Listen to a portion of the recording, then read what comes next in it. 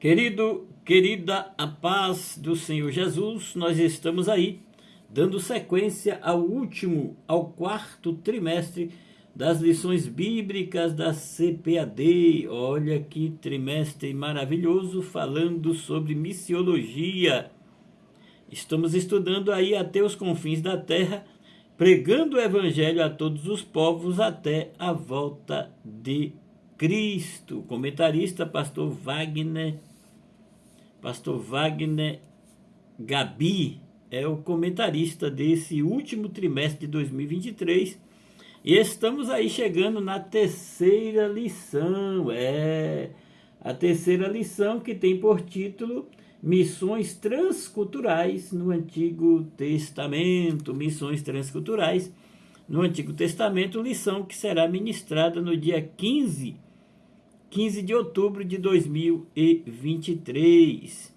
O texto áureo dessa lição está inserido em Isaías, no livro messiânico, o livro de Isaías, o seu capítulo 49, o seu versículo 6, que diz assim: Disse mais, pouco e que sejais o meu servo, para restaurares as tribos de Jacó e tornares a trazer os guardados de Israel.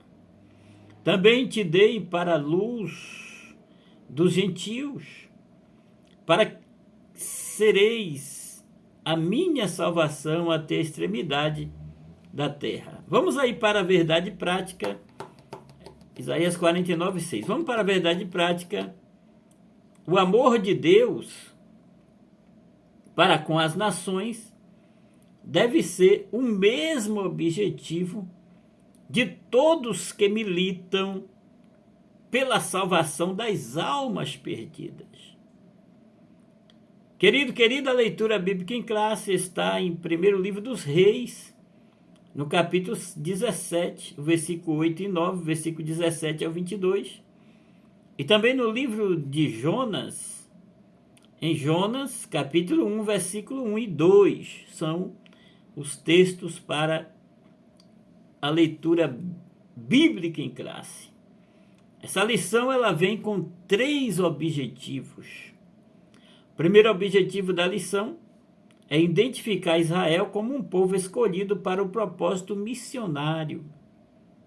O segundo objetivo é demonstrar o amor de Deus para com as outras nações. O terceiro e último objetivo é relacionar as alianças de Deus com a humanidade no Antigo Testamento. É importante nós entendermos, meu amado e minha amada, que nós cremos que Deus, Ele quer usar a nossa vida como igreja do Senhor Jesus para ser uma igreja missionária. Porque há uma preocupação inquietante por parte de membros da Igreja de Jesus com relação ao tema de missiologia. Essa inquietação, ela somatiza com necessidades constantes, mensageiros de Deus em todas as partes do Brasil e do mundo, divulgando por meios de comunicações, divulgando a palavra de Deus. Queremos trabalhar com missões, e isso é muito importante, porque temos como igreja um ensino sólido e coerente. Porque como corpo local não temos ranços nem rancor histórico, teológico e denominacional. Porque temos pessoas que amam missões e querem se enganjar nesse ministério missionário. Porque temos membros firmados no caráter de Jesus, que é o maior missionário, e na sua obra redentora. Porque somos uma igreja comprometida com o corpo local e com a identidade própria. porque cremos que Deus dará muitos frutos, não só com missões, mas em todos os ministérios da igreja. Resumindo, meu amado, minha amada, nós temos todos os requisitos, ou pré-requisitos, para sermos uma bênção em missões e teremos herança espiritual em todo o mundo. Então, que sejamos uma igreja missionária. A introdução da lição, meu amado, diz assim: na lição anterior, vimos a natureza missionária de Deus por meio de sua relação com Abraão. Esta lição tem o propósito de considerar a nação de Israel como um povo escolhido, com um propósito missionário, e tomar como exemplo desse movimento missionário as narrativas bíblicas sobre Elias e a viúva de Sarepta, e a ida também do profeta Jonas à cidade de Nínive. E, finalmente, analisar as alianças de Deus com a humanidade a partir da nação de Israel no Antigo Testamento. Contudo, o conceito de missão, da forma como conhecemos hoje, nos dias odiernos, nos dias atuais, não aparece com clareza no Antigo Testamento em relação à nação de Israel como o povo escolhido de Deus. Isso aí nós vamos ver aí na próxima aula, que é as missões no Novo Testamento. Então vamos para a palavra-chave. Antigo Testamento é a palavra-chave. É importante aqui destacarmos que o Antigo Testamento também é chamado de Velho Testamento. E é a porção bíblica que registra a história da redenção no período anterior ao advento de Cristo. Isso, inclusive, explica a designação do Antigo Testamento. A palavra testamento, do latim testamentum, traduz a palavra grega diatek, que indica uma aliança, ou um pacto, ou um contrato. Vamos para o primeiro ponto da lição: Israel, um povo escolhido para um propósito missionário. O primeiro tópico do primeiro ponto diz assim: o Senhor Deus planejou desde os tempos antigos que o testemunho de Jesus Cristo fosse proclamado a todos os habitantes da terra. Vemos em Gênesis capítulo 12, versículo 3, o Senhor falando a Abrão: e abençoarei os que te abençoarem, e amaldiçoarei os que te amaldiçoarem. E em ti serão benditas todas as famílias da terra. Nós vemos referências a esse texto em Mateus 24:14, o Senhor dizendo: e este evangelho do reino será pregado em todo o mundo, em testemunhas todas as nações, e então virá o fim. Vemos também em Mateus 28:18 ao 20, e chegando-se Jesus, falou-lhes, dizendo: é-me dado, isso aqui é após a ressurreição de Jesus, foi morto, ressuscitou, e após a sua ressurreição, ele disse, apareceu a mais de 500 irmãos, também aos seus discípulos, ele disse: e chegando-se Jesus, falou-lhes, dizendo: é-me dado todo o poder no céu e na terra, portanto, ide fazer discípulos de todas as nações, batizando-as em nome do Pai, do Filho e do Espírito Santo, ensinando-os a guardar todas estas coisas que vos tenho mandado, e eis que eu estou convosco todos os dias, até a consumação dos séculos. Amém. Oh, que coisa tremenda, que coisa maravilhosa. Ou seja, a vontade divina era que todos os moradores da terra tivessem conhecimento a respeito da pessoa do Senhor Jesus. Então, nesse sentido, meu querido, minha querida, o meio planejado por Deus para o mundo conhecer o Filho de Deus passava por uma nação, e essa nação é a nação de Israel, para ser um povo missionário. Dessa forma, os israelitas deveriam ser testemunhas de Deus, está em Isaías 42, versículos 5 ao 7, Isaías 43, versículos 10 ao 13 e aí por diante. Vamos para o segundo tópico do primeiro ponto, a falha de Israel. Os israelitas se contaminaram com as religiões pagãs dos povos vizinhos. Então, ao invés de os israelitas influenciar as nações, eles foram influenciados pelas nações. Então, além de se preocuparem muito com a identidade racial e nacional, deixando de lado a vocação de ser testemunha do Senhor Deus, nesse aspecto são muitos os relatos bíblicos que dão conta dos desvios israelitas, da sua desobediência, da idolatria e pecados morais que relativizaram a aliança com Deus. Nós lemos em Ezequiel 22, versículo 1 ao 5, diz assim: "E veio a minha palavra do Senhor, dizendo: Tu, pois, ó filho do homem, porventura julgarás a cidade sanguinária? Faze-lhe conhecer, pois, todas as suas abominações. E dize assim, diz o Senhor Deus: Ai da cidade que derrama o sangue no meio de si, para que venha o seu tempo, que faz ídolos contra si mesma, para se contaminar pelo teu sangue que derramaste, te fizestes culpada, e pelos teus ídolos que fabricastes, te contaminaste, e fizestes aproximarem-se os teus dias, e tem chegado o fim dos teus anos. Por isso eu te fiz o opróbrio das nações e o escárnio de todas as terras, as que estão perto de ti e as que estão longe, escarnecerão de ti, infamada, cheia de inquietação.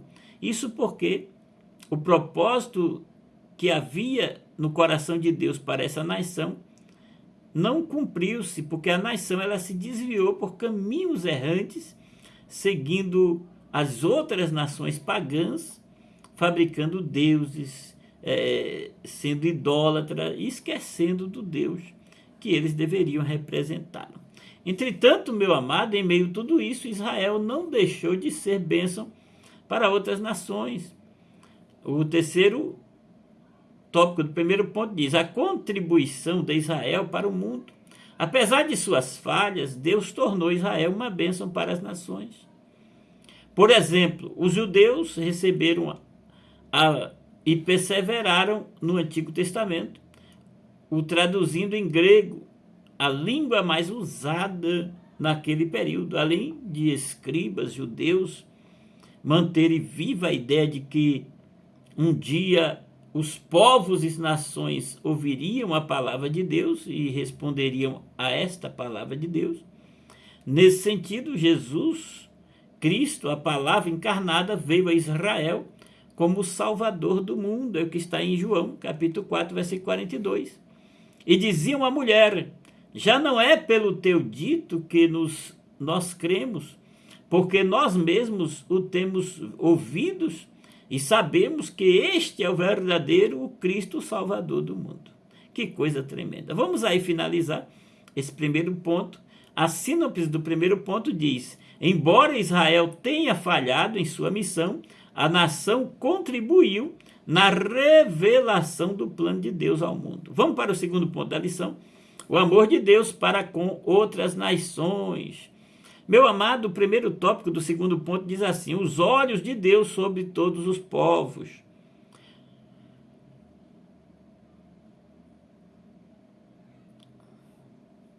Jonas Blaine, um erudito em missiologia, que escreveu sobre os fundamentos do Antigo Testamento para missões, afirma que desde o início Deus mantinha os seus olhos em todas as nações e povos.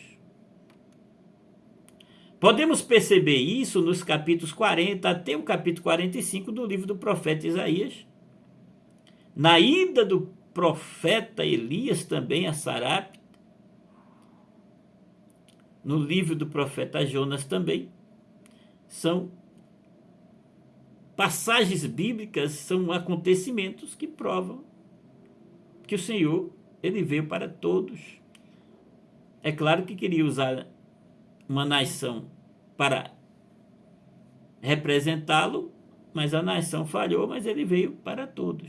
Então, nos livros proféticos, nós encontramos profecias de restauração, incluindo um dia futuro no qual as nações estarão entre os redimidos. Isaías 45:6 diz assim: para que se saiba desde o nascente do sol e desde o poente que fora de mim não há outro, eu sou o Senhor e não há outro, olhai para mim e sereis salvos vós todos os termos da terra, porque eu sou Deus e não há outro. Que coisa tremenda. Isaías 49:6 diz assim: disse mais, pouco é que sejais o meu servo, para restaurares as tribos de Jacó e tornares a trazer os preservados de Israel. Também te dei para a luz dos gentios, para seres a minha salvação até a extremidade da terra. Continuando aqui em Isaías 52:10 diz assim: o Senhor desnudou o seu santo braço perante os olhos de todas as nações, e todos os confins da terra verão a salvação do nosso Deus. Isso é tremendo. Meu amado, e portanto a preocupação de Deus com as nações é clara em todo o Antigo Testamento. Vamos aí para o segundo tópico do segundo ponto, a viúva de Sarepta e o profeta Elias. Sarepta é uma antiga cidade fenícia localizada próxima ao sul de Sidom.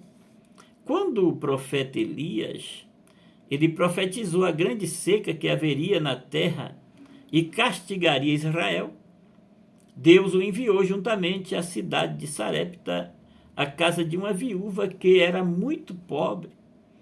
Quando Elias chegou, esta viúva estava preparando a última comida que tinha em sua casa, já convencida de que ela e seu filho morreriam logo depois de se alimentar, porque não haveria mais alimentos para dar prosseguimento na sua alimentação. Mas quando a viúva obedeceu a palavra do profeta de Deus, ela foi abençoada com o milagre da botija, a multiplicação da farinha e do azeite. Em seguida, o filho dessa mulher adoeceu e morreu. Nesse momento, Elias fez uma coisa maravilhosa, que ela nunca esperaria pelo poder de Deus. O profeta ressuscitou o menino e o restaurou à sua vida. Então nós vemos aí que a mãe desse menino falou em 1º livro dos Reis, 17:24. Nisto conheço agora que tu és um homem de Deus e que a palavra do Senhor na tua boca é a verdade. Que coisa tremenda. Precisamos nos dias atuais de homens de Deus que falem e cumprem, que falem a verdade, porque está cheio de homens que dizem que são de Deus, mas falam e não cumprem aquele que fala. Então, dessa forma, Deus se tornou conhecido de uma estrangeira. Vamos aí para o terceiro tópico do segundo ponto, a missão de Jonas em Nínive. Jonas, ele foi um dos poucos missionários bíblicos para os estrangeiros. Não é por acaso que o tema do seu livro é a misericórdia de Deus para com todos os homens, que está em Jonas capítulo 1, versículo 2, capítulo 3, versículo 2, capítulo 4, versículo 4 a 11. Mesmo não tendo um conhecimento mais de claro sobre de que maneira Israel deveria abençoar as nações, o profeta Jonas ele recebeu a ordem específica da parte de Deus para ir à cidade de Nínive, para advertir aquele povo sobre o juízo de Deus que estava prestes a acontecer sobre os ninivitas. Como consequência de seus muitos pecados, Nínive era a capital da Assíria, uma nação perversa, cruel e imoral. Conforme a palavra de Deus mostra isso aí em Naum, capítulo 1, versículo 11, Naum 2, 12 e 13, E aí por diante. Então, meu amado, Nínive, a capital da Síria, era uma cidade muito grande para aquela época, tinha cerca de 96 quilômetros de extensão e uma população de aproximadamente 120 mil habitantes. Nós encontramos aí em Jonas 4:11, e não hei de eu, o Senhor falando, ter compaixão da grande cidade de Nínive, em que estão mais de 120 mil habitantes, que não sabe discernir entre a sua mão direita e a sua mão esquerda, e também muitos animais. Então, meu amado, minha amada, através da pregação do profeta Jonas, aconteceu aí um dos despertamentos espirituais mais notáveis da história, quando o rei conclama a todos um jejum, oração, e por isso o juízo de Deus não recaiu sobre eles. Como a cidade não foi condenada em razão do arrependimento do povo, o profeta Jonas ficou profundamente indignado. Todavia, o Senhor fez com que ele ame a humanidade toda. Vê Jonas 4:11. Então, a sínopse aqui do segundo ponto diz: por meio do relato da viúva de Sarepta e de Jonas em Nínive, podemos testemunhar o amor de Deus pelas nações no Antigo Testamento. Vamos aí para o último ponto da lição, que é o terceiro ponto: alianças entre Deus e a humanidade no Antigo Testamento. Alianças de Deus com a queda do homem. Toda a criação ficou sujeita ao pecado. Entrou aí o pecado original na raça humana. Nós vemos em Gênesis 3, versículo 1 ao 6. Então nós vemos que a queda do homem passou a toda a humanidade. Em Romanos 3:23, Paulo diz aos romanos: porque todos pecaram e destituídos estão da glória de Deus. Em Romanos 8:20, porque a criação ficou sujeita à vaidade, não por sua vontade, mas por causa do que a sujeitou, por causa do pecado. Em Romanos 6:23, Paulo diz: porque o salário do pecado é a morte, mas o dom gratuito de Deus é vida eterna por Cristo Jesus, o nosso Senhor. Entretanto, querido, querida, Deus, ele providenciou meios para redimir a humanidade e restaurar a comunhão perdida. Em primeira epístola de Pedro 1, versículo 19 e 20, mas com o precioso sangue de Cristo, como de um cordeiro imaculado e incontaminado, o qual, na verdade, em outro tempo foi conhecido, ainda antes da fundação do mundo, mas manifesto nesses últimos tempos, por amor de vós. Olha, meu querido, minha querida, assim Deus ele estabeleceu algumas alianças com o homem a fim de tornar conhecida a sua glória entre as nações e receber delas a legítima adoração. Por isso, há na Bíblia alianças denominadas condicionais e incondicionais entre Deus e a humanidade. Vamos aí para o segundo tópico do terceiro ponto: aliança incondicional e condicional. É importante nós destacarmos aqui a aliança incondicional. Qual que são as alianças incondicionais? É uma disposição soberana de Deus, mediante a qual ele estabelece um contrato incondicional ou declarativo com o homem, obrigando-se em graça por um juramento irrestrito a conhecer de sua própria iniciativa bênçãos para aqueles com quem compactua. Então a aliança incondicional está em Gênesis 12, versículo 1 ao 4. A aliança condicional é uma proposta de Deus em que, num contrato condicional e mútuo com o ser humano, segundo condições pré-estabelecidas, ele promete conhecer bênçãos e conceder bênçãos especiais ao indivíduo, desde que este cumpra perfeitamente certas condições, bem como exercer e executar punições precisas em caso de não cumprimento. Em Deuteronômio 28, nós vemos aí as alianças condicional. Depois você dá uma lida. Assim, por meio de suas alianças, Deus firmou um compromisso com o rei Davi de alcançar todo o mundo que resultou ao advento do Senhor Jesus como Salvador, enviado por Deus ao mundo. Em Gálatas 4:4 você confirma isso aí. Então a sínopse aqui do terceiro ponto diz: há alianças condicionais e incondicionais na Bíblia que tornam conhecida a glória de Deus entre todas as nações. Vamos concluir a lição. Vimos que o plano de Deus, ele abrange toda a humanidade. O seu alvo é revelar sua glória a todos os povos. Por diversas vezes, Israel foi advertido pelos profetas para não guardar a mensagem de salvação somente para si, mas proclamá-la entre as nações a glória de Deus, entre todos os povos as suas maravilhas. Em Salmos 96:3 nós confirmamos isso. Essa é uma raiz muito importante do Antigo Testamento para entender as missões no Novo, que é o tema aí da próxima lição, lições no Novo Testamento. Vamos aí, meu amado, um grande abraço e até a próxima lição. É forte, Brasil.